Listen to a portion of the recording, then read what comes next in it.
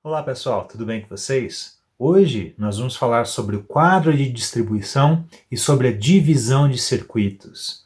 Vamos ver como é que isso é feito? Bom pessoal, se nós vamos falar sobre divisão de circuitos, o primeiro elemento que nós precisamos discutir é o quadro de distribuição.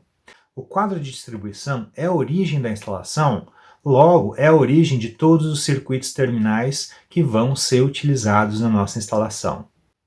Em instalações pequenas, como residências e pequenos comércios, normalmente o quadro de distribuição é único. No entanto, em instalações maiores, como em grandes residências, comércios maiores, mais de um andar, condomínios, indústrias, todos esses lugares possuem vários setores que precisam ser alimentados de maneira individualizada. Portanto, todos os ambientes terão seu próprio quadro de distribuição. No entanto, um deles necessariamente será o quadro de distribuição principal, de onde todos os outros partirão. Um quadro de distribuição é composto de vários elementos. Vamos dar uma olhadinha neles aí na tela. Em um quadro de distribuição principal, nós receberemos as fases e o neutro advindas da concessionária. No medidor também teremos a instalação do barramento de proteção equipotencial.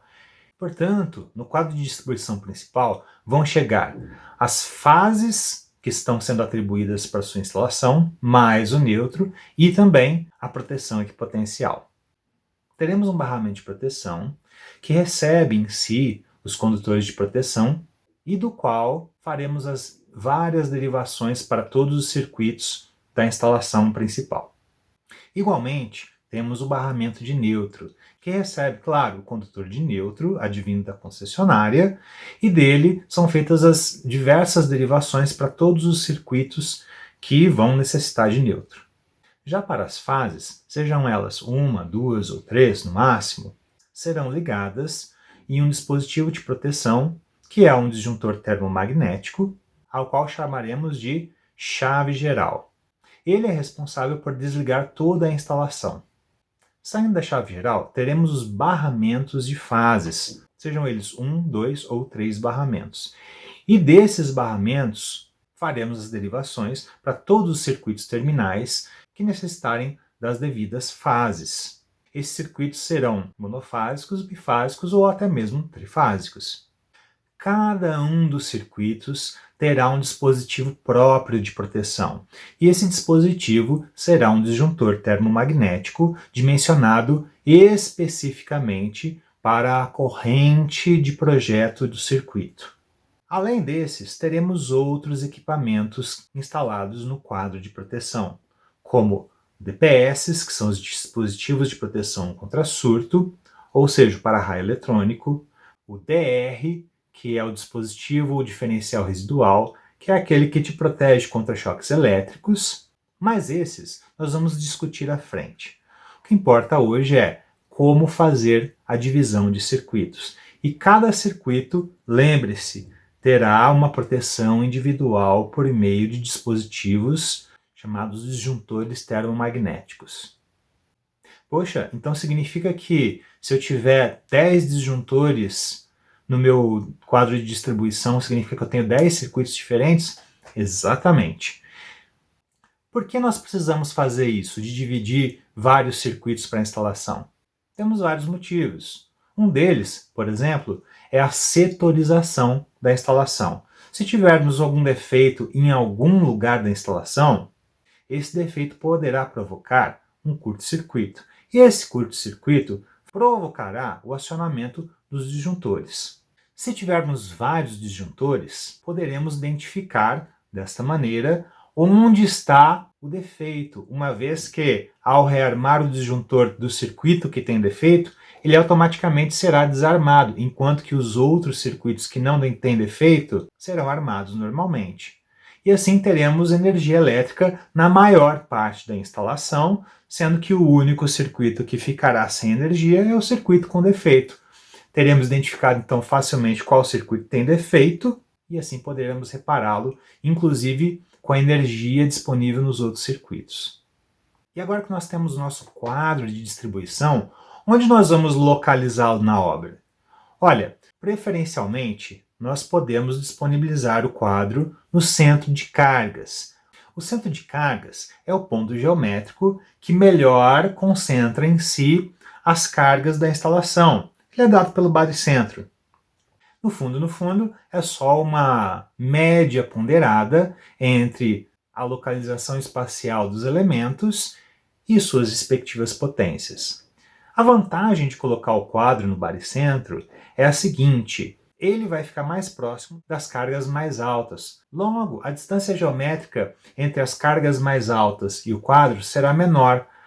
As cargas mais altas, por sua vez, possuem os condutores mais grossos da instalação, ou seja, de maior seção nominal.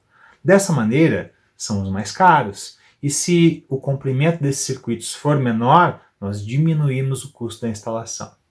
Porém, no caso, se não for possível colocar o quadro no centro de cargas, qualquer lugar no fundo da instalação serve, desde que este lugar não fique inacessível nem trancado a chaves. Por exemplo, dentro de um banheiro, não convém. Como um porão, sótão, não convém.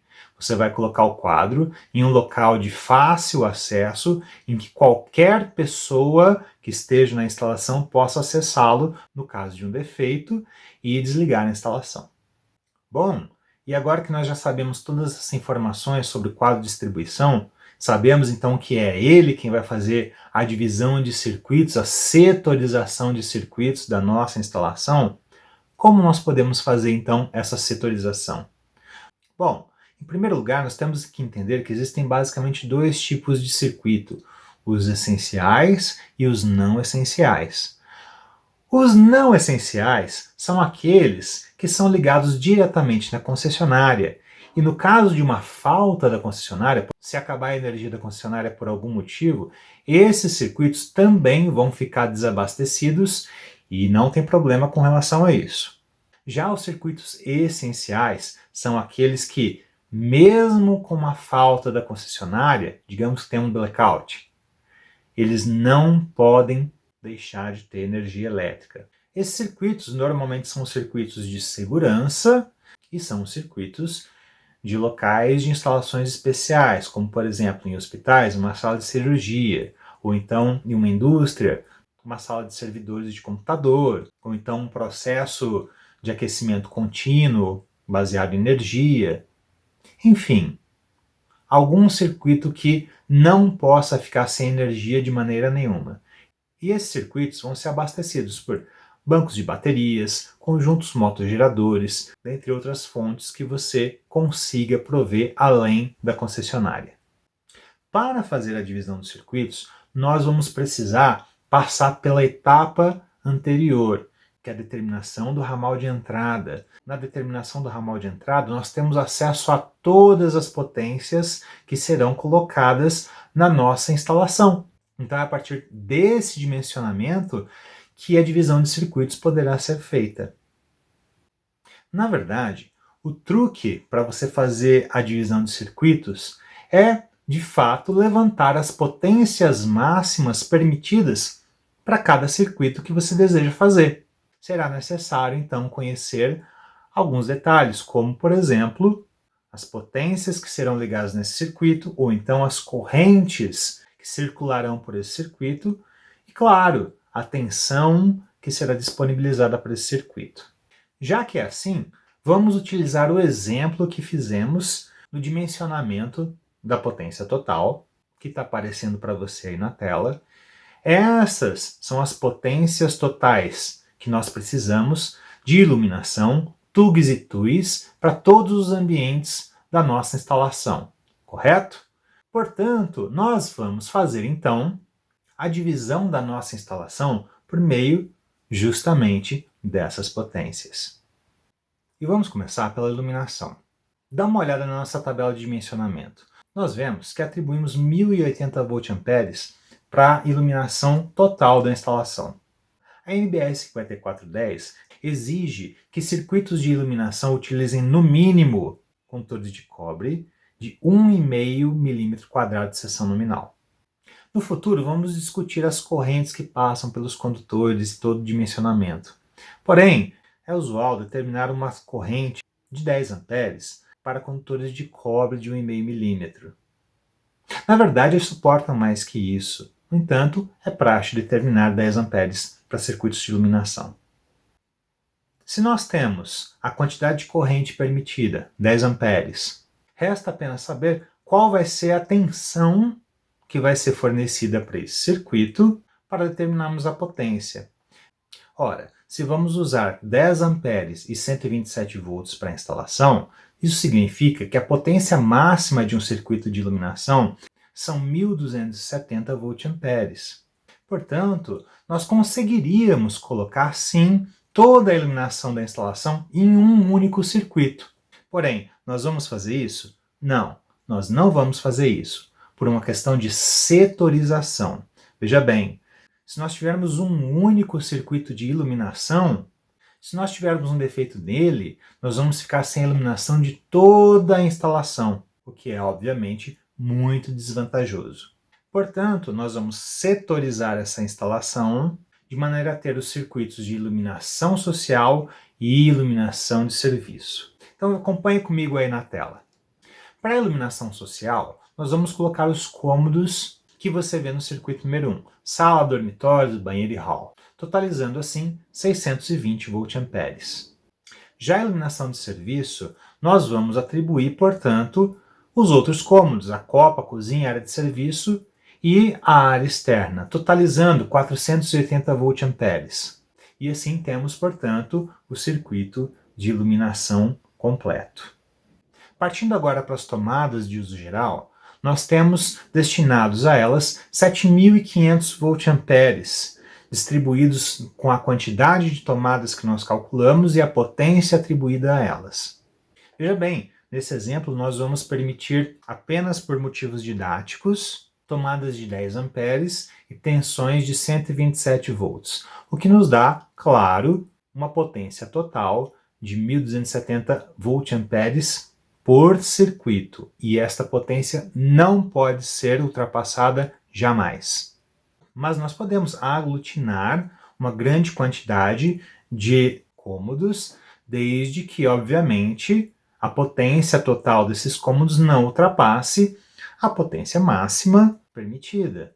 Então veja, nosso primeiro circuito de tomadas é o circuito número 3, que tem todas as tomadas da sala, todas as tomadas do dormitório 1, a tomada do hall e uma tomada da copa.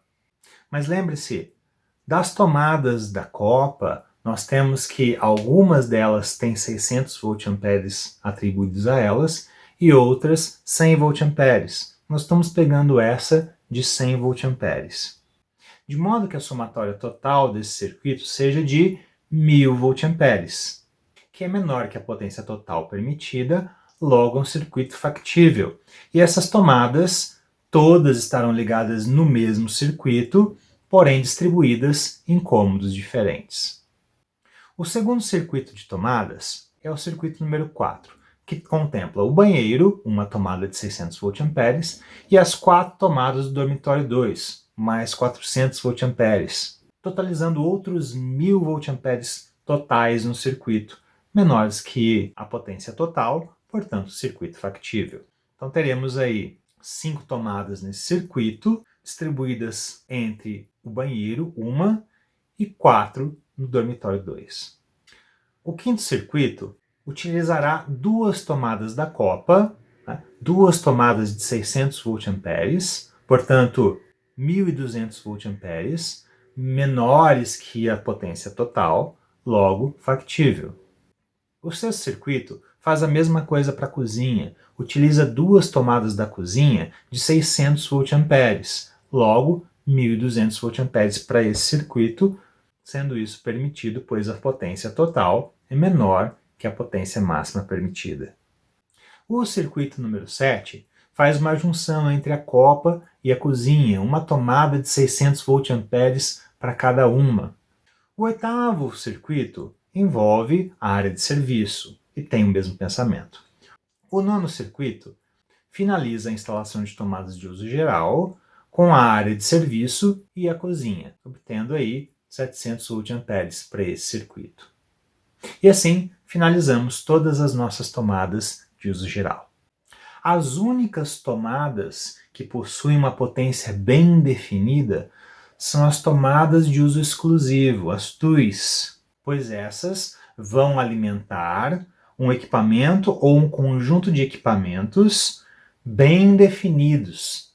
Portanto, para cada uma das TUIs, nós teremos um circuito independente. E a potência desse circuito será a potência da carga que será alimentada por ele. Logo, cada circuito de TUI tem no quadro de distribuição correspondente um disjuntor para cada uma delas. Veja bem, cada TUI terá o seu próprio circuito. Portanto, se temos 4 TUIs, teremos mais 4 circuitos. Um para a geladeira, um para a máquina de lavar, um para o chuveiro e um para a torneira elétrica. E assim, totalizamos 13 circuitos para essa instalação. Temos somente como exceção a alimentação das TUIs da torneira e do chuveiro a 220 volts, apenas porque podemos fazer isso uma vez que o ramal de entrada dimensionado fornece mais de uma fase. O próximo passo é dividir todos esses circuitos entre as fases disponíveis. No caso, temos 3 fases disponíveis. Logo, deveremos distribuir todas essas potências em todas essas fases, de maneira que a distribuição de potências por fase fique o mais igualitária possível. Cada projetista, obviamente, vai conseguir fazer uma distribuição diferente. E fica aí para você na tela uma sugestão de distribuição. Nós vemos que todos os circuitos que são alimentados por uma única fase, suas potências ficam atribuídas apenas para a fase em que nós escolhemos alimentá-las. A única exceção são os circuitos 12 e 13, que são alimentados por mais de uma fase, e a potência desse equipamento é dividida, portanto, entre essas duas fases. Vemos que temos uma distribuição bastante igualitária entre as fases, em que a fase A fica com um total de 6.960 voltamperes, a fase B 7.120 voltamperes e a fase C 6.731 voltamperes. Veja bem, a distribuição das cargas entre as fases de maneira igualitária é importantíssima para que nós não tenhamos o desbalanceamento das fases na nossa instalação. No entanto, esse primeiro exemplo foi bastante limitado, já que nós não permitimos a utilização de tomadas de 20 amperes, por exemplo. Vamos fazer um segundo exemplo onde nós permitimos, então, a utilização de tomadas de 20 amperes, o que aumenta bastante as nossas possibilidades. Inicialmente, nós vamos começar pela iluminação, fazendo 2 circuitos de iluminação social e iluminação de serviço. Só que dessa vez um pouquinho diferentes, para tentar balancear um pouco mais essas cargas, conforme você pode ver. Em seguida, passamos para as TUGs. Tá? E dessa vez, nós vamos utilizar uma divisão entre TUGs sociais e TUGs de serviço, que também é uma boa prática de divisão. Não é obrigatória, mas é uma boa prática. Então vemos que nos circuitos 3 e 4 utilizamos tomadas de uso geral de 10 amperes, fornecendo, portanto, 1.270 voltamperes máximos, e vemos que não ultrapassamos essa potência. No entanto, para a copa, bem como para a cozinha, nós vemos que 1.900 voltamperes atribuídos a elas ultrapassa a potência máxima permitida por tomadas de 10 amperes. No entanto, se utilizarmos tomadas de 20 amperes, veja bem, 20 amperes vezes 127 volts nos dá 2.540 voltamperes máximos por circuito, o que é bem maior do que a potência atribuída para esses cômodos, o que nos permite, portanto, fazer apenas um circuito de tomadas de uso geral por cômodo, permitindo que então tenhamos apenas o circuito 5 total para a copa e o circuito 6 total para a cozinha. O mesmo acontece para a área de serviço, onde temos aí todas as 3 tomadas, e assim finalizamos as tomadas de uso geral. Agora, faremos as tomadas de uso exclusivo. Um circuito para geladeira, um circuito para a máquina de lavar, para a torneira elétrica e para o chuveiro. Permitiremos, novamente, para o chuveiro e para a torneira elétrica, que possuem potências muito elevadas, que estes sejam alimentados a 2 fases, 220 volts. Temos assim, dessa maneira, 11 circuitos para essa instalação. Resta agora fazer a divisão desses circuitos. Lembrando que temos 3 fases disponíveis. Portanto, uma sugestão de divisão é essa daí que aparece para você. Obviamente, outras configurações são possíveis. Você mesmo pode encontrar uma outra aí na sua casa, de repente até melhor do que essa. Inclusive, te incentivo a tentar. Porém, o importante é você tentar chegar no número mais igualitário possível. Então, como ficaria o nosso quadro de distribuição? Nesse segundo caso, o nosso quadro de distribuição teria 11 circuitos, portanto 11 disjuntores, sendo que 2 deles, o do circuito 10 e 11, seriam disjuntores bipolares, enquanto que todos os outros seriam monopolares. E teríamos, portanto, esses 11 circuitos circulando pela nossa instalação, pelos caminhos disponíveis, distribuindo a energia elétrica para todos os cômodos da nossa instalação. Bom, pessoal, assim nós encerramos o nosso assunto sobre divisão de circuitos, em que nós vemos a importância da setorização da instalação elétrica. Bom, pessoal, então por hoje é isso. Eu espero que tenha sido útil para você. Te agradeço a atenção. Obrigado por estar comigo até aqui e a gente se encontra na próxima. Até mais.